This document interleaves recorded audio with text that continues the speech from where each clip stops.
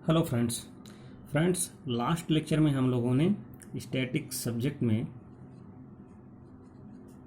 Statics that means स्थिति विज्ञान, इस स्टैटिक में हम लोगों ने संगामी बलों की साम्यावस्था के बारे में देखा था। साम्यावस्था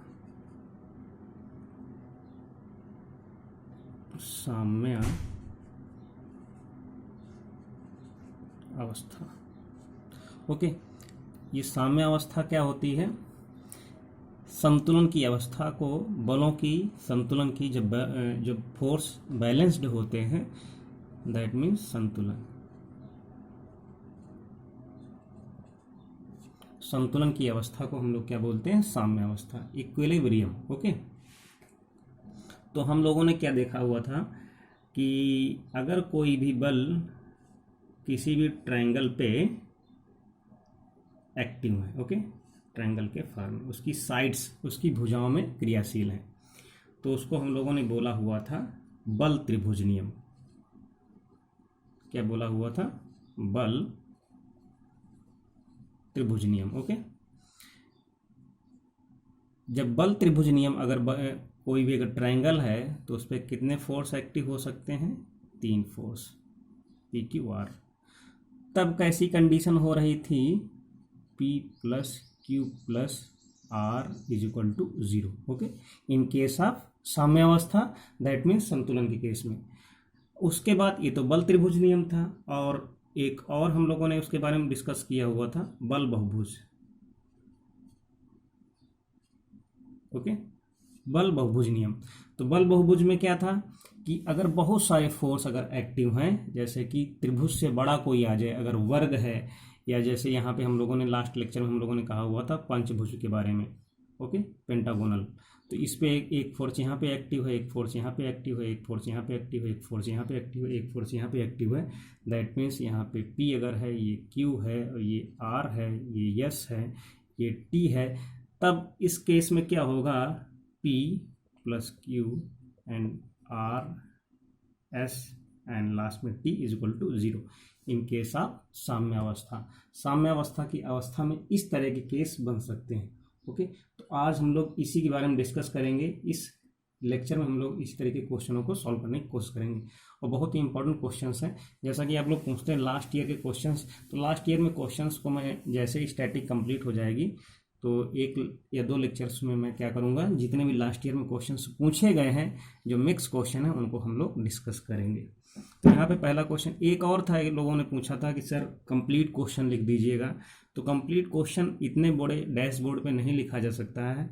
छोटे छोटे क्वेश्चन जो होंगे उनको मैं पूरा लिख दूंगा, और जो बड़े क्वेश्चन होंगे उनको मैं थोड़ा सा समराइज करके शॉर्टकट में लिख दूंगा। जैसे यहाँ पे क्वेश्चन कह रहा है, पहला क्वेश्चन है यहाँ पे क्या है? A B. यहाँ पे इस क्वेश्चन को मैं पूरा लिखने की कोशिश कर रहा हूँ। ए बी, ये एक डायरेक्शंस है। ए बी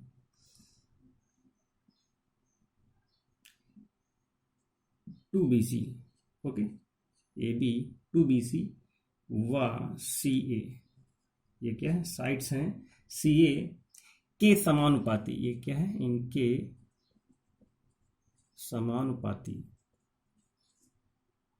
समानुपाती बल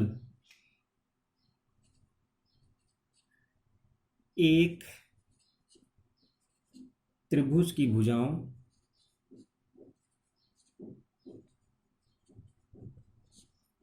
के अनुदिश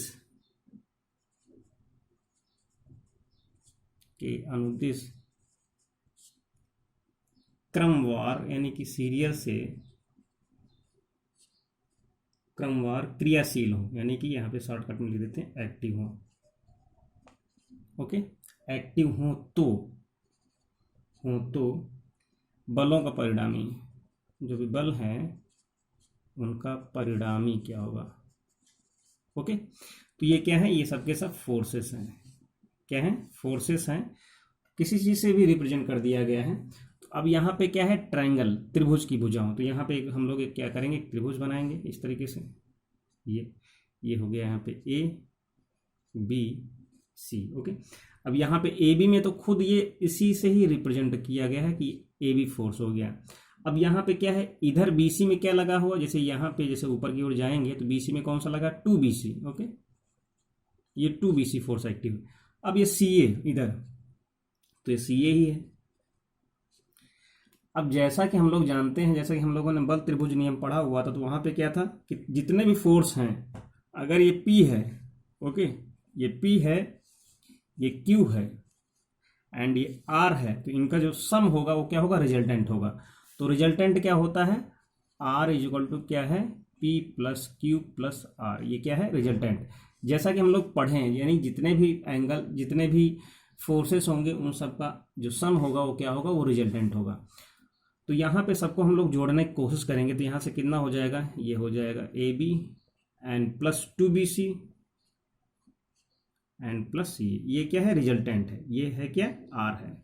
ओके, अब यहाँ पे हम लोग क्या करेंगे, BC को तोड़ देंगे, तो यहाँ से कितना हो जाएगा, AB प्लस एक BC को यहाँ से निकाल लेंगे and plus CA and plus BC, side में लिख दिया उसको। और ये इसकी जो वैल्यू होगी, क्योंकि ये यहाँ पे अगर हम लोग साम्यावस्था की बात की अगर बारे में डिस्कस करते हैं, तो इसकी वैल्यू क्या हो जाएगी, 0 हो जाएगी। यानी अगर कोई भी बल त्रिभुज नियम में क्या होता है, अगर कोई भी त्रिभुज है उसमें जितने भी जितने भी फोर्स एक्टिव हैं, ओके, और संगामी बल हैं, यानी कि क्रमवार लगे हुए हैं, तो उनका रिजल्टेंट 0 होता है। कब, साम्यावस्था के केस में। तो इसकी वैल्यू क्या हो जाएगी, 0 हो जाएगी। तो बचेगा क्या, तो रिजल्टेंट कितना आएगा, BC। ये क्या है, रिजल्टेंट। ओके, आई होप समझ में आ गया होगा। इसमें ऑप्शन बहुत सारे दिए हुए थे और उन ऑप्शन में से जो BC था वो क्या था, एग्जैक्ट सही आंसर था। ओके, नेक्स्ट क्वेश्चन पे आते हैं। जो नेक्स्ट क्वेश्चन है यहाँ पे फ्रेंड्स, कह रहा है कि त्रिभुज ABC की भुजाओं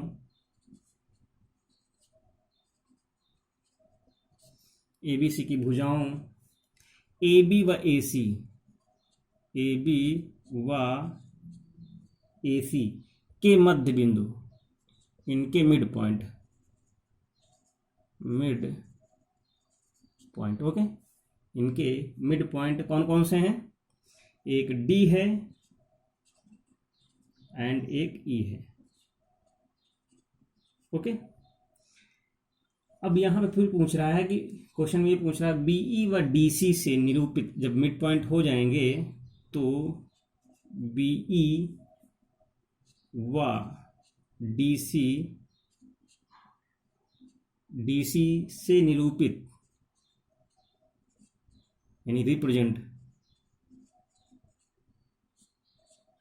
निरूपित बलों का परिणामी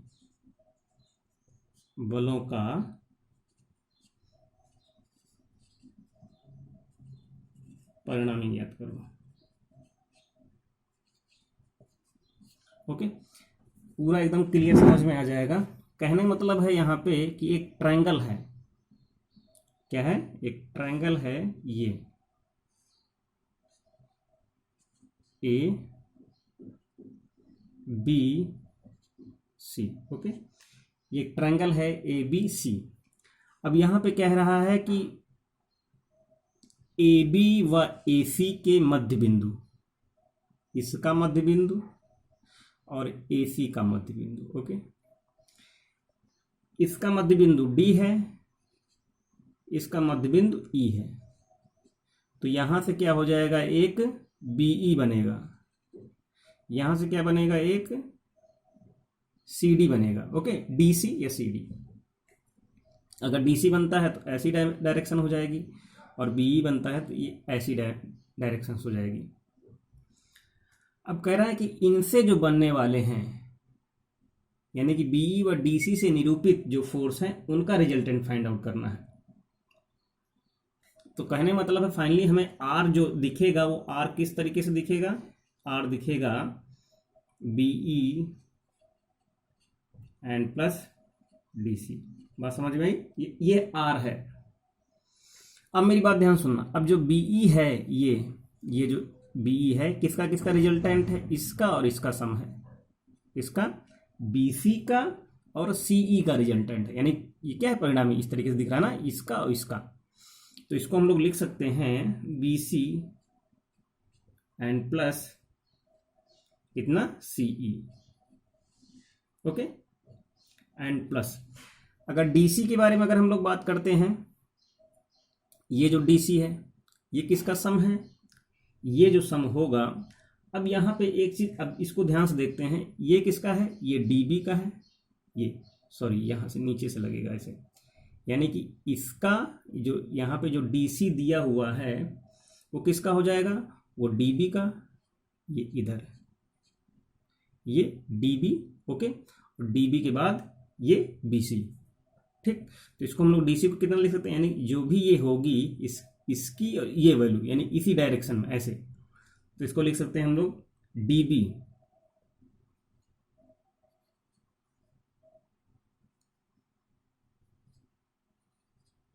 डीबी एंड बीसी। अब ये बीसी कितना हो गया, 2BC हो गया, ओके, एंड प्लस अब यहाँ पे क्या है, ये सीई क्या है, मेरी बात ध्यान सुनना, सीई जो है पूरे पूरे एसी का आधा है, क्या है एसी। अब यहाँ से ऐसे है तो अब सीई जैसे जा रहा है ये सीई, तो अब कहने मतलब ये है पूरा पूरा सीए, ओके, 1/2 कितना हो जाएगा सीए, एंड प्लस डीबी। अब यहाँ पे जो है जरा बात ध्यान देने वाला है कि जो सीई तो इतना लिख दिया गया, अब यहाँ से डीबी को कितना लिख सकते हैं, ये जो डीबी है ये जो डीबी है पूरा पूरा, ये जो ए बी है, ओके, ए बी का आधा है, तो 1/2 ए बी हो गया, ओके। अब यहाँ पे हम लोग क्या करेंगे, 1/2 कॉमन कर लो, 1/2 कॉमन, तो कितना हो जाएगा सी ए प्लस ए बी। अब फिर से देखते हैं, ये जो सी ए है ये सी ए पूरा पूरा और ये पूरा पूरा ए बी। अब सी ए और ए बी को अगर देखें तो कितना हो जाएगा, ये सी ए और ए बी, ये कितना हो जाएगा, ये सी बी के बराबर हो जाएगा, किसके बराबर हो जाएगा, सी बी के, क्योंकि ये यानी कहने मतलब है सिंपल सा, अगर हम लोग ए कॉमन करते हैं सी बी बन जाता है, यानी उल्टा सी बी तो बन ही जाएगा ना, तो ये क्या हो जाएगा, ये यहां से अगर हम लोग देखेंगे तो उल्टा ही डायरेक्शन पकड़ होती है इसकी। जैसे कि अगर हम लोग इधर, जरा मेरी बात ध्यान सुना, ये एरो गया इधर से, ये एरो गया, तो उल्टा नहीं हुआ, ये बीई हुआ है ना, ये यानी कि यहां से अगर हम लोग देखें तो ये बीई जो है किसके इक्वल होगा, तो इसकी जो वैल्यू होगी यहां से, तो ये ऑलरेडी था ही कितना, ये बीसी था 2BC, तो इसको हम लोग 2BC लिख देते हैं, और 1/2 ये कितना हो जाएगा यहाँ से सी ए, यानी C A and plus A B, तो क्या हो जाएगा, ये सी बी हो जाएगा, ओके, तो ये हो गया कितना सी बी। अब यहाँ से क्या करेंगे कि जो अब बी सी है ये सी बी है, तो इसको हम लोग एक ही फॉर्मेट में लाने की कोशिश करेंगे, तो 2BC हो जाएगा, और माइनस का 1/2 डायरेक्शन जैसे बदलेगी तो ये BC हो जाएगा। और मेरी बात इस यहाँ पे कि अब CB कैसे हुआ, BC क्यों नहीं हुआ, तो मेरी बात ध्यान सुनना, जैसे ये यहाँ से गया, ये यहाँ से गया, तो अब ये इस डायरेक्शन में ही आएगा, इसकी डायरेक्शन उल्टा हो जाएगी, कैसे, ये ओके, जैसे यहाँ पे अब BE था, जैसे ये BE है, ओके, तो BE अगर वैसे होता तो जैसे यहाँ से कितना लिखा, BC लिया और CE लिया, तो EB होना चाहिए, लेकिन ये EB नहीं, जस्ट उल्टे जो भी परिणामी होता है, जो रिजल्टेंट होता है वो क्या है, उसकी डायरेक्शन बदल जाती है। तो इसलिए यहाँ पे जैसे हम लोगों ने CA लिया था, AB लिया, तो क्या है, ये फ्लो में नहीं आता जाएगा, अगर फ्लो में आएगा तो क्या है उसी के साइड में हो जाएगा, उसी के क्रम में हो जाएगा। जो रिजल्टेंट होता है उसकी डायरेक्शन हमेशा जो दो फोर्स होते हैं उनका जो होता है उल्टा होती है। अब यहाँ से इन दोनों क्या करेंगे हम लोग, सॉल्व कर लेंगे, तो यहाँ से कितना होगा, आधा जाएगा, तो ये कितना हो जाएगा 3/2 BC, ओके। तो ये इसका रिजल्टेंट था, जो भी रिजल्टेंट आएगा, जो परिणामी आएगा वो क्या होगा, 3/2 BC, ओके। आई होप समझ में आ गया होगा। नेक्स्ट क्वेश्चन पे आते हैं।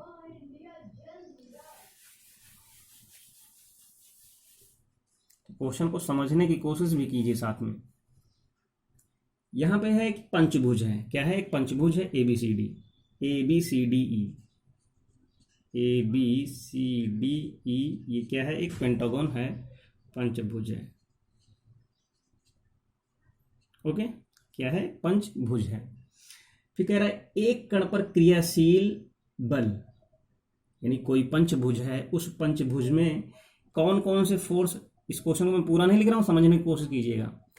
एक ये पंचभुज है और ये जो पंचभुज है एक कण पर क्रियाशील, कोई भी कण है इस पंचभुज, यानी जो भी कण है, यानी कि कण पर एक पंचभुज है और उस पंचभुज के एलॉन्ग, पंचभुज की भुजाओं के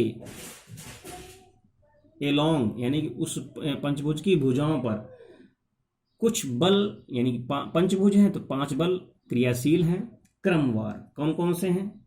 ए B, B C, C D, 2D,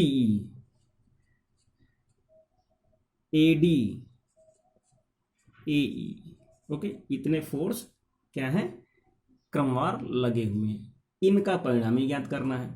तो अब यहां पे हम लोग एक क्या करेंगे, एक पेंटागन बनाएंगे, पंचभुज बनाएंगे।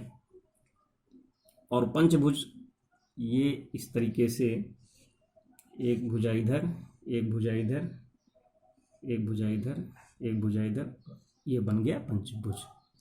ओके, अब यहाँ पे क्या है? A B C D E. Okay, अब यहाँ पे कह रहा है कि ए बी, तो यहाँ पे इस साइड में तो ए बी लग गया चुपचाप, ठीक। इस भुजा में क्या लग गया? बी सी, बी सी हो गया। फिर इसके बाद यहाँ पर सी डी लग गया। अब इसके बाद यहाँ पे 2D, 2D, ओके, ये 2D हो गया। और सबसे लास्ट में यहां पर क्या लगेगा? अब यहां मेरी बात ध्यान सुनना, कह रहा है AE ना कि EA, तो इसकी डायरेक्शन क्या होगी? इधर से नीचे से होगी, जैसा जैसा बोलेगा। तो ये है AE। बात समझ में आई? अब एक तो छूटे गया, कौन सा? AD, ये, तो इसको हम लोग कहां से लगा देंगे? ये बन गया, ये AD बन गया, ठीक। ये क्या बन गया? AD। बात समझ में आ रही होगी। तो इसको हम लोग ऐसे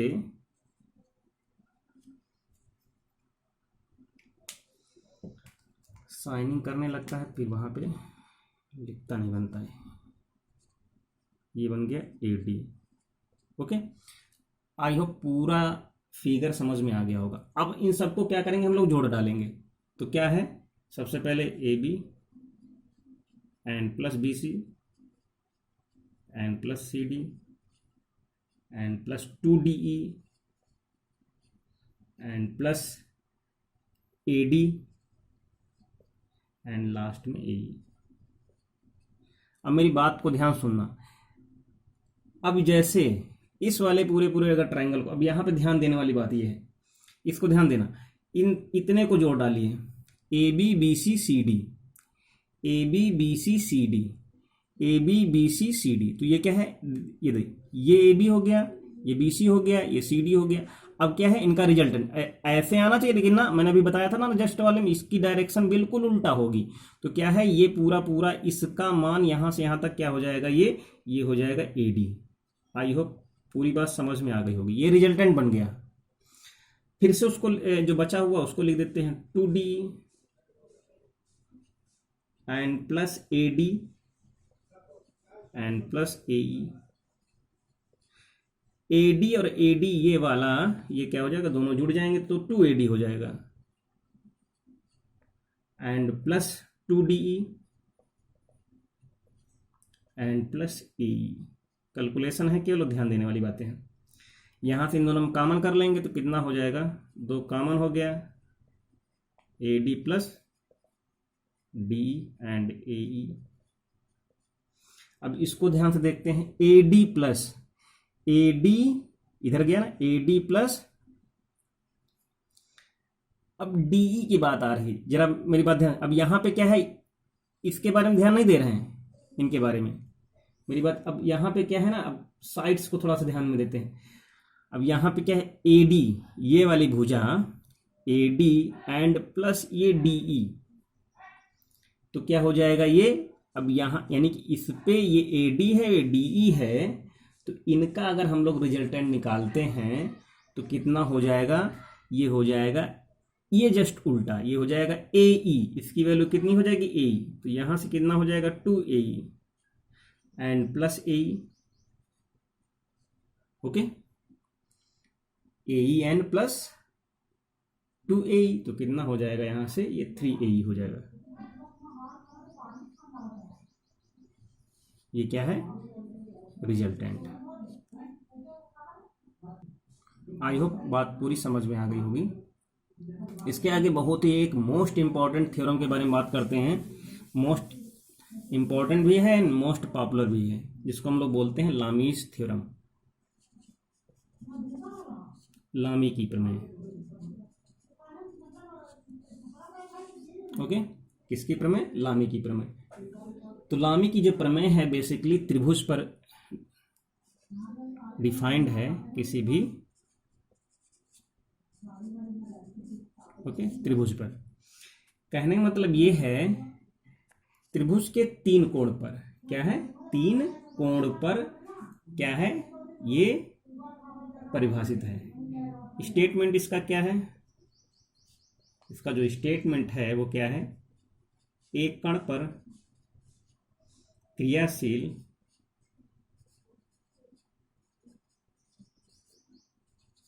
क्रियाशील 3 बल, कितने बल,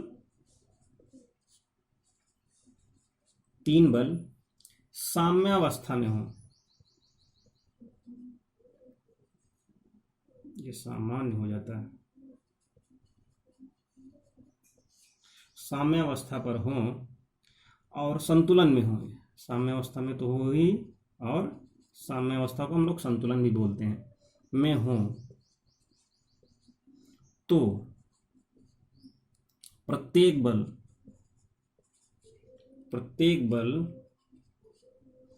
अन्य 2 बलों के बीच के कोण, 2 बलों के बीच के कोण या मध्य के कोण, बीच के कोण की ज्या का मतलब साइन, बीच के कोण की साइन या ज्या इसको बोलते हैं, जैसे कॉस को कोज्या बोलते हैं और साइन को ज्या बोलते हैं, के समानुपाती होती है, के समानुपाती होता है। ओके, कहने मतलब ये है कि अगर कोई भी यहाँ पे सेंटर है, कोई भी पॉइंट है, कोई भी पिंड है, उस पर 3 फोर्स ऐसे लगे हुए हों, ओके, और ये यहाँ पे P है, ये Q है, ये R है, इनको ये क्या है, ओरिजिन है, O है, इसके बीच में अल्फा है, इसके बीच में बीटा है, इसके बीच में गामा है। तो कहने मतलब ये है कि अगर P अगर हम लेते हैं तो P अपान में कितना होगा, P के सामने क्या है, बीटा है, तो यहाँ पे क्या है, साइन बीटा हो जाएगा।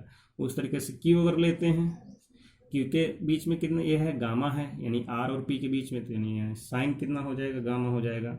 एंड लास्ट में R बचता है, तो R के आगे कितना है, 2 बल हैं P और Q है, तो कितना हो जाएगा, साइन अल्फा हो जाएगा। तो इसी को बोलते हैं हम लोग लामीज थ्योरम या लामी की प्रमेय। इसी पे निर्धारित कुछ प्रश्नों को हम हल करते हैं और समझने की कोशिश करते हैं। कहने मतलब ये है कि जो लामीज थ्योरम है वो 3 फोर्सेस और 3 एंगल और एंगल की ज्या के समानुपाती होती है, यानी कि बल तो होगा ही, बल के साथ साथ क्या होगा, जो भी बल है उस बल के सामने, यानी कि जो भी बचे हुए हैं बल हैं उनके बीच, जैसे P है तो P के बाद कौन कौन बच रहे हैं, Q और R बच रहे हैं, यानी Q और R के बीच का जो कोण होगा उसकी साइन लगा देंगे, यानी जैसे यहाँ पे बीटा है तो बीटा लगा दिया यहाँ पे, तो P upon sine beta, Q upon sine gamma and R upon sine alpha. Question ये है, एक कण है, इसको भी मैं पूरा क्वेश्चन नहीं लिखूंगा, शॉर्ट में ही लिखूंगा। तो यहाँ पे क्या है, कोई एक कण है, उस पर 3 फोर्सेस वर्क कर रहे हैं, क्रियाशील हैं। मान लेते हैं कि जो फोर्स हैं वो कौन है, P है, Q है और क्या है, R है। पहले और दूसरे यानी कि इसके बीच में कितना कोण काम कर रहा है, 60 अंश का काम कर रहा है। दूसरे और तीसरे के मध्य में 150 का।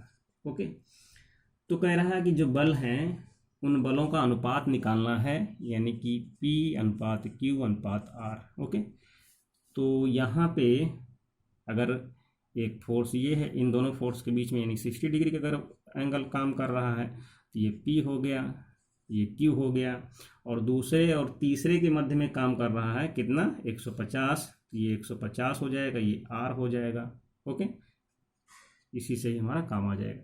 अब इसके बीच में कितना काम करेगा, तो यहाँ पे इसको भी अगर निकालें तो कितना हो जाएगा, ये भी शायद 150 ही हो जाएगा। क्यों, 150 300 और बचा हुआ 360, यानी पूरा जो है सर जो है यानी होल एंगल कितना हो जाएगा, कंप्लीट एंगल 360 हो जाएगा। तो यहाँ से अगर हम लोग निकालेंगे तो P अपान कितना आ जाएगा, अगर देखेंगे तो P के आगे कितने कितने हैं, P के आगे 150, तो साइन कितना हो जाएगा 150। यहाँ से Q अगर निकालेंगे तो Q के सामने कितने हैं, इसके आगे भी 150 हो जाएगा, साइन 150, तो कितना हो जाएगा ये साइन 150। लास्ट में R को अगर देखेंगे तो R के आगे कितना हो जाएगा, साइन 60 हो जाएगा। सॉल्व कर लेते हैं, तो P अपान साइन 150 को अगर हम लोग लिखेंगे तो कितना हो जाएगा, इसको हम लोग लिख सकते हैं 180 माइनस 30 लिख सकते हैं। 180 में साइन पॉजिटिव होता है, यानी कि 180 माइनस में तो क्या हो जाएगा साइन 30 की वैल्यू हाफ। वैसे यहाँ पर भी Q बटे कितना हो जाएगा, हाफ हो जाएगा। एंड साइन 60 की वैल्यू जो होती है वो कितना होती है, √3/2। तो यहाँ से बाई टू कैंसिल आउट हो जाएगा, और अगर P अनुपात Q अनुपात देखेंगे तो यहाँ 1 बचेगा, यहाँ √3 बचेगा। तो इसका मतलब ये है, बहुत सिंपली इसको हम लोग निकाल सकते हैं, P अनुपात Q अनुपात R रेशियो तो कितना होगा 1:1/√3, यही इसका आंसर हो जाएगा। ओके, आई होप आप लोगों को कम्प्लीटली समझ में आ गया होगा। कुछ सेकंड के लिए स्टे कर जाते हैं, उसके बाद आप लोग इसको देख सकते हैं।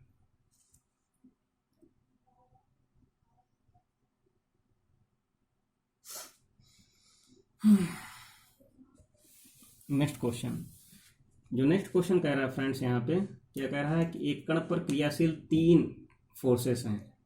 कोई भी पार्टिकल है उस पर 3 फोर्स वर्क कर रहे हैं, कोई पार्टिकल, और वो सब के सब क्या हैं, साम्य अवस्था की अवस्था में, संतुलन की अवस्था में। लामी की थ्योरम में हमेशा संतुलन की अवस्था में ही होंगे, तभी वो जो है अपने फोर्स के रिस्पेक्ट में साइन के एंगल जो भी है उसमें रेशियो में जो है प्रोपोर्शनलिटी की केस में बनेंगे।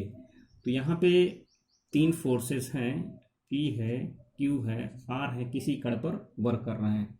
फिर कह रहा है पहले और दूसरे के मध्य में 120 एंगल काम कर रहा है। ओके, और फिर उसके बाद दूसरे और तीसरे के मध्य में 150 का एंगल काम कर रहा है। ओके, तो जो बचा हुआ है तथा पहला जो फर्स्ट फोर्स है P की जो वैल्यू है वो कह रहा है कि 4√3 है, 4√3 न्यूटन। ओके, तो अन्य रिमेनिंग जो भी है Q R उनकी वैल्यू फाइंड आउट करनी है। तो यहाँ पे हम लोग देख सकते हैं P और Q बना लेते हैं सबसे पहले। तो P तो हो ही जाएगा, ये P हो जाएगा। ओके, और P और Q के मध्य में कितना है, 120 का एंगल काम कर रहा है, 120 एंगल है, ये Q है। Okay, and Q and R के बीच में जो है वो कितना है, वो 150 का एंगल काम कर रहा है। तो इन दोनों को जोड़ेंगे तो ऑब्वियसली इसकी वैल्यू कितनी आएगी, ये 90 डिग्री हो जाएगा एग्जैक्ट। ठीक, तो फटाफट कर लेते हैं इसको। P अपान P के सामने जस्ट कितना है 150, साइन 150, Q के सामने कितना है, Q के सामने साइन 90 आएगा, यानी 90 डिग्री हो जाएगा। एंड लास्ट R के सामने कितना हो जाएगा 120। सॉल्व कर लेते हैं, P हाफ हो जाएगा, और P की वैल्यू और Q की वैल्यू ये 1 हो जाएगा, एंड R की वैल्यू कितनी हो जाएगी, √3/2। एक चीज़ और है, P की वैल्यू 4√3 दी हुई है, तो यहाँ से अगर हम लोग निकालेंगे तो 4√3 इसको लिख सकते हैं। ओके, अब यहाँ से अगर हम लोग Q = अगर इन दोनों को इक्वल करते हैं, तो जब इन दोनों को इक्वल करेंगे तो Q की जो वैल्यू होगी कितनी हो जाएगी, 8 ऊपर चला जाएगा, तो Q की जो वैल्यू आएगी यहाँ से 8√3 न्यूटन। ओके, फिर लास्ट में इसको इक्वल कर लेते हैं इन दोनों को, तो क्या होगा, नहीं सॉरी, इसको इन दोनों को इक्वल करते हैं, पहला और थर्ड। तो यहाँ से आर कितना आ जाएगा, पहला और थर्ड इक्वल करेंगे तो √3 3 हो जाएगा, 4 3 12 दूना 24 हो जाएगा। ना ना ना ना, मल्टीप्लाई करेंगे 2 से कटेगा तो जो यहाँ पे 12 आ जाएगा। ओके, 12 नहीं, कैलकुलेट कर लेना। तो यहाँ से इस तरीके से हम लोग सॉल्व कर सकते हैं। Okay, I hope exact clear हो गया होगा। तो यहाँ पे एक्चुअली में क्या करना, एक जो है फर्स्ट और थर्ड को जब इक्वल करेंगे तो ये कितना होगा, 4√3 = हो जाएगा R/√3/2 ये। ओके, जब इसको इक्वल करेंगे तो यहाँ से कितना आ जाएगा, यहीं आ जाएगा। ठीक, नेक्स्ट क्वेश्चन पे आते हैं।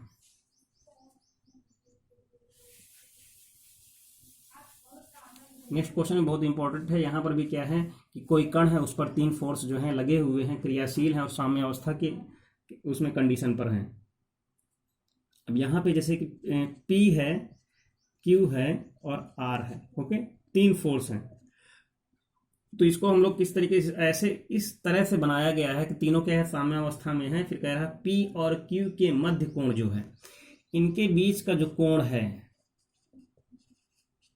ठीक, इनके बीच का जो कोण है P और R के कोण का, इसको मैं पूरा लिख देता हूं, नहीं तो आप लोग कहेंगे कि सर क्या कर रहे हो।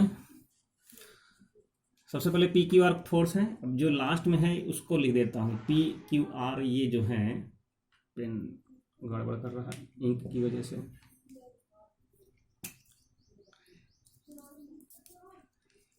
सबसे पहले क्या है, PQR, ये क्या है, फोर्सेस हैं। ये क्या है, साम्य अवस्था में, सामान्य क्यों जाता बार बार, ये साम्य अवस्था। ओके, ये साम्य अवस्था या संतुलन की स्थिति में है। ठीक, अब यहाँ पे कंडीशन ये है, P व Q के मध्य कोण, ओके, P व R के मध्य कोण का 2 गुना है। क्या है, 2 गुना है। बस इतना ही लिखना था मैं। तो कह रहा है कि R² की वैल्यू फाइंड आउट करना है। क्या करना है, R² की वैल्यू। तो यहाँ से सिंपली हम लोग क्या करेंगे, एक फिगर बनाएंगे। फिगर कैसा बनाएंगे, इस तरीके से। सबसे पहले ये हमने एक P मान लिया, क्या है, ये P है। ओके, अब यहाँ पे जो भी होगा, जो P और Q के बीच में जो कोण होगा, ओके, P और Q के बीच में जो कोण होगा, ये क्या है, सपोज दैट ये Q है और यहाँ पे क्या है, ये R है। कुछ भी मान लेते हैं, ये R है। इस P और R के बीच में जितना भी कोण है, मान लेते हैं अल्फा है, तो ये जो P और Q के बीच में जो कोण होगा वो क्या होगा, 2 गुना होगा, यानी 2 अल्फा होगा। बस इतना था। तो ये वाला कोण कितना होगा, टोटल 360 होता है। 360 में इन दोनों को जोड़ देंगे तो कितना हो जाएगा, ये 360 - 3 अल्फा। ओके, इतनी बात समझ में, 360 - 3 अल्फा। बस लामी की थ्योरम लगा देंगे फटाफट। तो कितना हो जाएगा, पहले P के सामने कितना आ रहा है, 360, ये आ जा रहा है, तो कितना हो जाएगा, sin 360 - 3 अल्फा। ओके, और आगे जो भी होगा कितना, Q के आगे कितना है, alpha, sin alpha. And last R कितना हो जाएगा, R के आगे 2 अल्फा। Okay, simple. बस इसको कुछ करना नहीं है, बस इसको हम लोग सिंपली सा थोड़ा सा इसमें यहाँ पे साइन का 360 माइनस में अगर लगाते हैं तो कितना हो जाएगा, 360 में निगेटिव होता है तो यहाँ से हो जाएगा कितना, P/ -sin 3 अल्फा। ये कितना होगा, Q/sin अल्फा। ये क्या है, R/sin 2 अल्फा। बस फार्मूले को लगाना है। यहाँ पे क्या करेंगे, sin 3 अल्फा का फार्मूला हम लोग ओपन कर देंगे। तो sin 3 अल्फा के फार्मूले से सब लोग परिचित ही हैं, जानते हैं, वेल नोन है। माइनस बार कर देंगे तो कितना हो जाएगा, 3 sin alpha -4 sin cube alpha. Okay, is equal to Q/sin alpha is equal to, अब यहाँ पर भी इसको हम लोग इसको छोटा कर देते हैं ऊपर, ये R। अब यहाँ पे ये जो है sin 2 अल्फा का भी फार्मूला तोड़ देते हैं तो कितना हो जाएगा, 2 sine alpha cos alpha. Okay, अब यहां से साइन अल्फा कॉमन कर लो तो यहां से स्क्वायर हो जाएगा, ये कैंसिल, ये कैंसिल, ये कैंसिल। ठीक, तो यहां से डायरेक्ट हम लोग लिख सकते हैं, कितना लिख सकते हैं, P अपान कितना होगा, माइनस, मल्टीप्लाई कर दें, -3 एंड +4 साइन स्क्वायर अल्फा बचेगा। ओके, Q अपान 1 और यहाँ पे R अपान 2 कॉस अल्फा। इतनी बात ध्यान से देख लीजिएगा। अब हम लोग करेंगे क्या, अब हम लोग पहला और दूसरा देखेंगे। पहला और दूसरा देखेंगे तो कितना आ जाएगा, यानी कि ये वाला देखेंगे, ये देखेंगे, तो यहाँ से कितना आ जाएगा, यहाँ से P और ये इसका मल्टीप्लाई कर देंगे तो यहाँ से हो जाएगा कितना, P upon -3Q and +4Q sine square alpha. ये स्क्वायर है। ओके, इतनी बात ध्यान रखना। इसको Q को इधर ले आए तो P +3Q हो जाएगा, इज इक्वल टू कितना, 4Q होगा तो 4Q को इसके नीचे ले आते हैं। मेरी बात ध्यान सुनना, तो यहाँ पे कितना हो जाएगा 4Q, ये बराबर कितना बचेगा 4 तो नीचे आ गया तो कितना साइन स्क्वायर अल्फा। इसको हम लोग बॉक्स में बंद कर देते हैं। ठीक, अब सेकेंड और थर्ड को देखेंगे, सेकेंड और थर्ड को तो कितना हो जाएगा, यहाँ से R इक्वल टू लिखेंगे तो कितना होगा 2Q कॉज अल्फा। ओके, इतनी ध्यान रखना, R equal to 2Q cos alpha. Okay, अब यहाँ से R स्क्वायर हमें निकालना है तो इसको R स्क्वायर कर दो तो कितना हो जाएगा, 2 की जगह में हो जाएगा 4Q square cause square alpha. अब यहाँ पे स्क्वायर को तोड़ दें, इसको जो है 4Q स्क्वायर के अलावा ये हो जाएगा 1 माइनस साइन स्क्वायर अल्फा। बस साइन स्क्वायर अल्फा की वैल्यू रख दो यहाँ पे, बस कैलकुलेट हो जाएगा इक्वेशन फर्स्ट से।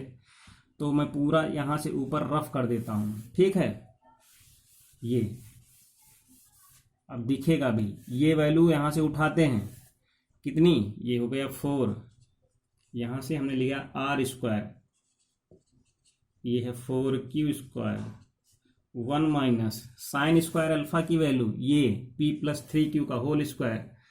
तो यहाँ से अगर हम लोग रखेंगे वैल्यू तो 1 माइनस में है तो यहाँ से 1 माइनस, तो कितना हो जाएगा P +3Q sine square alpha की वैल्यू थी अपान में 4Q। बस इसको सॉल्व कर लेंगे। ओके, तो यहाँ से सॉल्व करेंगे तो कितना आ जाएगा, सबसे पहले तो 4Q स्क्वायर तो यहीं रहेगा, यहाँ LCM हो जाएगा कितना 4Q minus P minus 3Q अपान में 4Q। तो 4 से 4 गया, Q से Q गया, ये दोनों घट जाएंगे तो बचे कितना, केवल Q। तो बाहर Q, ओके, वो अंदर Q माइनस P अपान में तो कट ही गया पूरा पूरा। तो ये आंसर आएगा कितना, R स्क्वायर की वैल्यू। और समझ में आई? आई होप अच्छे समझ में आ गया होगा। ठीक, नेक्स्ट क्वेश्चन पे आते हैं, इसको आप लोग देख लीजिएगा तब तक।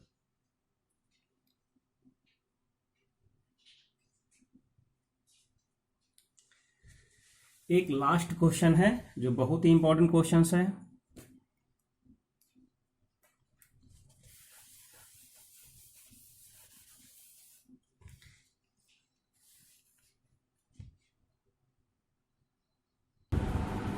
क्वेश्चन क्या कह रहा है, क्वेश्चन में ये है कि 100 kg, इसको मैं पूरा कोशिश करूंगा लिख दूं पूरा। ठीक है, क्या है,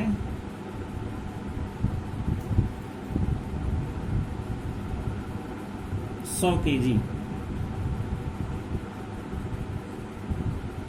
केजी भार का एक पिंड,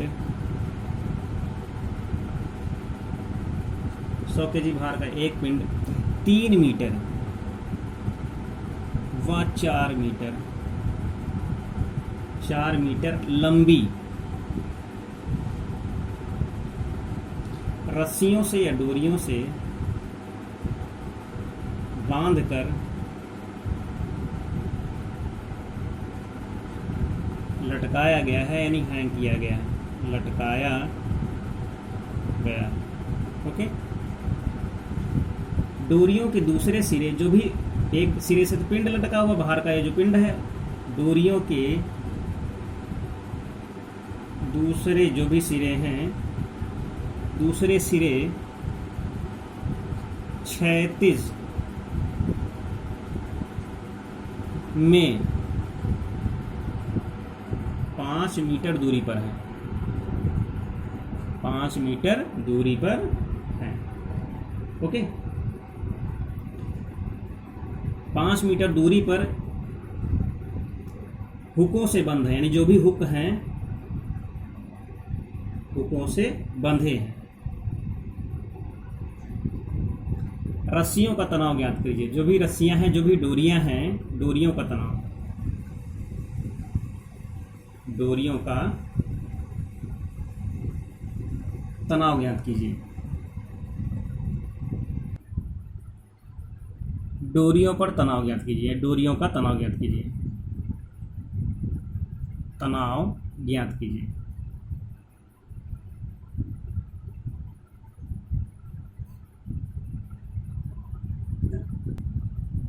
इसको एक चित्र से समझते हैं हम लोग, फिगर बनाते हैं। यहाँ पे कह रहा है कि 100 केजी का भार एक पिंड, कोई एक पिंड है, ओके, और उस पिंड से लटके हुए हैं, चलो ठीक, कितने केजी का भार लटका हुआ? 100 केजी का भार लटका हुआ है।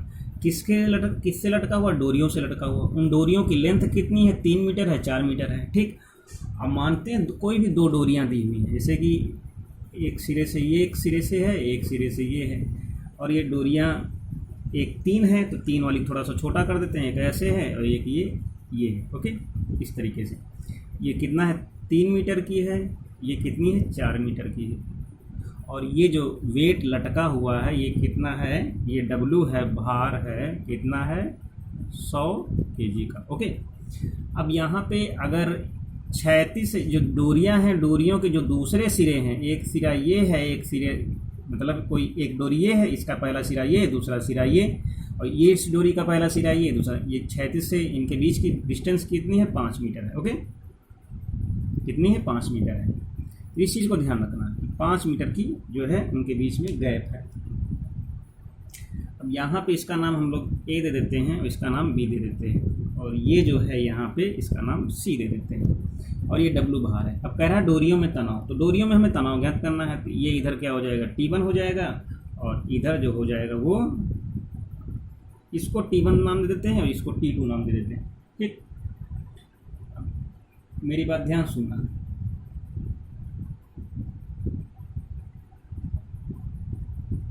ठीक है।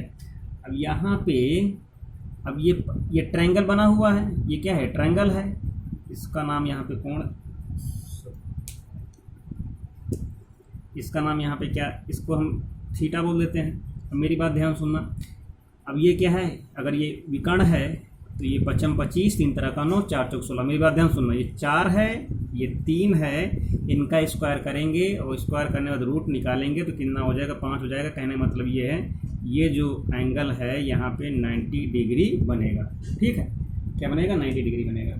अब जब 90 डिग्री बनेगा तो इस लाइन के पैरेलल ये एक लाइन अगर हम लोग डॉटेड खींचते हैं ऐसे ऐसे, ये, ठीक, तो अगर ये थीटा है तो ये भी क्या होगी? ये भी थीटा होगा। क्या होगा? थीटा होगा, ठीक।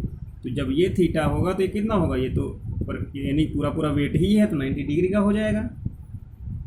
कितना हो जाएगा? 90 अंश का हो जाएगा ना। तो फिर से अगर हम लोग इधर अगर हम लोग इस तरीके से बनाएं, यानी कहने मतलब ये है कि सूखे हुए हैं सब, इस तरीके से अगर हम लोग बनाते हैं,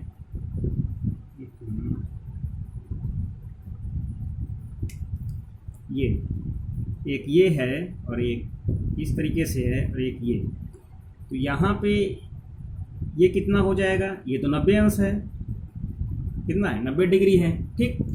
और ये जो इस तरीके से बना हुआ था ये थीटा है और ये 90 है, तो इन दोनों को जोड़ देंगे तो कितना हो जाएगा? 90 प्लस थीटा हो जाएगा, 90 प्लस थीटा, ठीक। और ये जो एंगल होगा ये पूरा पूरा 360 का होगा, तो क्या करेंगे 360 में इन दोनों को जोड़ देंगे, तो 180 प्लस थीटा माइनस 360, तो कितना बचेगा, तो यहाँ से अगर कहने मतलब ये इन सबको जोड़ेंगे तो कितनी इसकी वैल्यू आ जाएगी, 180 माइनस थीटा आ जाएगी। बात समझ में आई? तो ये वाली वैल्यू इतनी आ जाएगी, तो हमारे पास इस तरीके से वैल्यू मिल जाएगी। तो यहाँ पे इस पे क्या है, ये T2 है, ये क्या है, यहाँ से ये T1 है, तो इसको हम लोग सॉल्व कर सकते हैं। यहाँ पे क्या है, समकोण वाला कॉन्सेप्ट समझ में आ गया, बस हमको यहाँ पे लामीज थ्योरम लगानी है। तो लामीज थ्योरम लगाने के लिए सबसे पहले क्या करेंगे, सबसे पहले हम लोग T1 लेंगे, ओके। और ये यहाँ पे क्या है, ये W है, W कितना है 100 kg का, इसको भी याद रखेंगे। तो यहाँ से T1 अपान T1 के सामने कौन सा आ जाएगा, T1 के सामने ये वाला एंगल आ जाएगा, तो यहाँ पे कितना हो जाएगा साइन 180 माइनस थीटा, ओके। इसके बाद T2, अब T2 की वैल्यू कितनी हो जाएगी, यहाँ से T2 देखेंगे तो 90 प्लस थीटा हो जाएगा, तो ये कितना हो जाएगा sine 90 plus theta. And last में अगर W को लिखेंगे तो W की वैल्यू दी हुई है कितनी, 100 दी हुई है, तो यहाँ से हम लोग 100 लिख देंगे, और अपान में साइन 90। बस करना क्या है, इन सबको इक्वल कर देंगे, इसको हम दोनों के बराबर में इक्वल करेंगे, तो साइन 90 की वैल्यू कितनी हो जाएगी 100, तो इसके साइन 90 की वैल्यू 1 हो जाएगी, तो ये कितना आ जाएगा 100/1 हो जाएगा। तो पहले को तीसरे के इक्वल करेंगे तो कितना हो जाएगा, T1 इक्वल टू हो जाएगा 100 और इंटू में साइन 180 माइनस थीटा। तो साइन 180 माइनस थीटा कितना होता है, साइन थीटा होता है, ठीक। तो कितना हो जाएगा साइन थीटा, तो साइन थीटा के अकॉर्डिंग जब हम यहाँ से इसकी वैल्यू निकालेंगे, साइन इसकी वैल्यू कितनी हो जाएगी 100 sine theta, okay 100 sine theta. अब T2 की वैल्यू सिमिलरली निकाल लेंगे, तो T2 की वैल्यू कितनी आ जाएगी 90 प्लस थीटा, तो 90 प्लस थीटा में जो होता है उसकी वैल्यू कितनी होती है 90 प्लस कॉस थीटा हो जाएगा, तो इसकी वैल्यू कितनी हो जाएगी 100 कॉस थीटा आ जाएगा। अब ये जो ट्रायंगल, अब मेरी बात ध्यान सुनना, ये यानी कि क्या हो गया T1 हो गया, T2 हो गया। अब ट्रायंगल पे फिर से आते हैं, ट्रायंगल पे फिर से आते हैं, इस तरीके से ट्रायंगल ले लेते हैं, ओके। ये 5 है और ये है 3 है, ये 4 है और ये यहाँ पे थीटा है, ठीक। अब यहाँ से अगर हम लोग साइन थीटा निकालेंगे तो साइन थीटा की जो वैल्यू होगी कितनी होगी, परपेंडिकुलर अपान बेस, तो परपेंडिकुलर कितना है 3 है, ओके। तो कितना है यहाँ से, सॉरी ये यहाँ पे ये थीटा यहाँ पे था, ये थीटा यहाँ पे, तो यहाँ से कितना हो जाएगा 4/5, कॉस थीटा निकालेंगे तो यहाँ से कितना हो जाएगा 3/5, ओके। तो यहाँ से जो T1 आया था वो कितना था 100 साइन थीटा, तो कितना हो जाएगा 100 4/5, यहाँ से 20 हो जाएगा, तो इसकी वैल्यू 80 kg आ जाएगी, ओके। kg भार। T2 की वैल्यू निकालेंगे तो कितनी आ जाएगी 100 कॉस थीटा, तो कितना हो जाएगा 100 कॉस थीटा की वैल्यू 3/5, तो कितना हो जाएगा 20 3 60 kg भार। इस तरीके से हम लोगों ने इतने सारे क्वेश्चनों का हम लोगों ने कैलकुलेशन किया और उनकी अंडरस्टैंडिंग की और एनालिसिस किया। आई होप आप लोगों को क्वेश्चन अच्छे से समझ में आए होंगे और लामीज के थ्योरम को आप लोग फिर से उसका स्टेटमेंट देख लीजिएगा, और कोई भी डाउट हो, किसी भी क्वेश्चन में कोई भी प्रॉब्लम हो तो आप लोग कमेंट बॉक्स में जरूर लिखिएगा। आई थिंक कुछ न कुछ इम्प्रूवमेंट होता रहेगा, और जो सजेशंस हैं मोस्ट वेलकम्स। और चैनल पे अगर नए हैं तो रिक्वेस्ट है कि उसे सब्सक्राइब कर लें, और वीडियो अगर अच्छा लगे तो उसे लाइक करें और शेयर भी कर दें। Okay, thank you, take care.